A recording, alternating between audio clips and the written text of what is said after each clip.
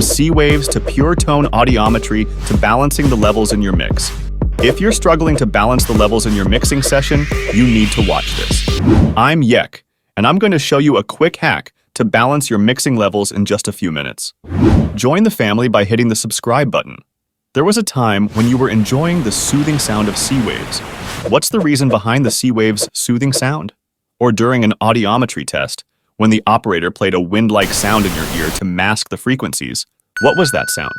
A balanced frequency spectrum, or pink noise, a type of random noise that has equal energy per octave. Each octave in pink noise contains the same amount of energy, making it sound balanced to the human ear. So, as you can see on the analyzer, C waves and pink noise share a very similar frequency spectrum.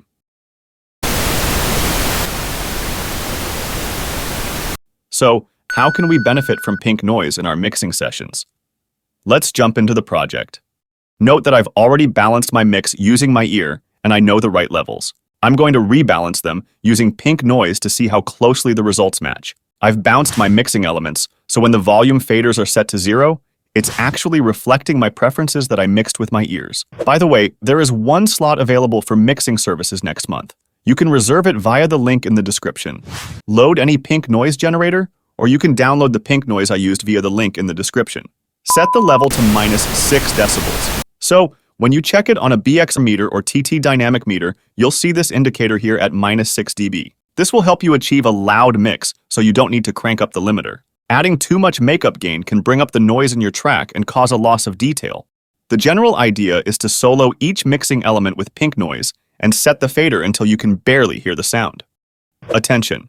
There are some tricks and bug fixes with this technique that we cover at the end of the video. Stay with me.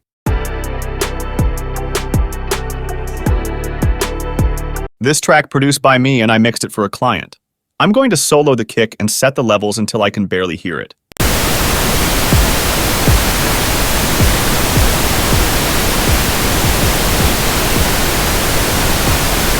Now, I can barely hear it. The fader is at -0.5 dB. So for now, it has just a -0.5 dB difference from what I achieved with my ear. I go through each one by one. Snare.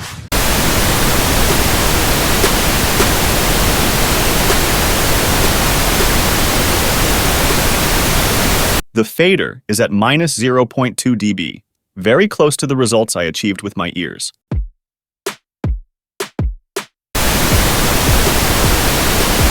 You can barely hear them. Let's jump to the hi-hat.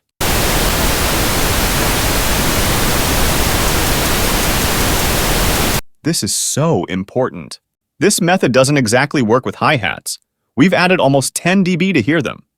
There's another clever trick to balance the hi-hat levels, which is part of my mastering course that will be available soon. For now, I'll set it back to 0 amount. Let's move on to the crash.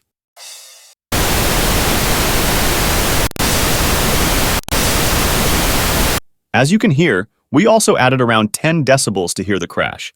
Generally, sounds that live in the high-frequency area have to be set with other techniques. I move on to other elements. Bass,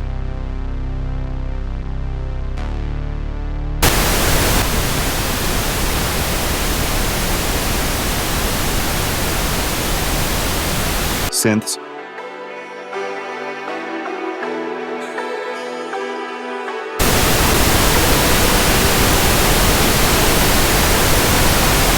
so here are the results.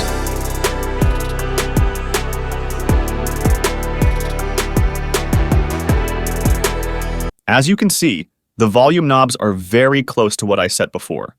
Now let's analyze it with another cool trick. I load an instance of isotope ozone EQ. I'm going to use the match feature so I can set a target EQ spectrum to be applied to my own track. I capture my track's spectrum.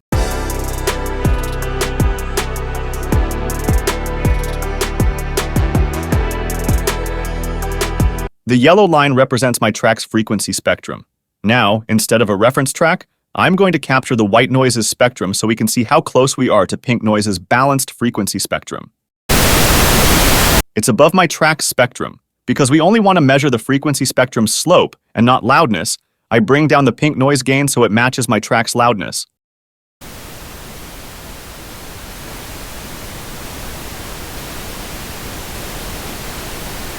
If we ignore the peaks, we are amazingly close to the pink noise's frequency curve. Also, it's normal for the low end to be a bit higher than the pink noise's spectrum. That's awesome.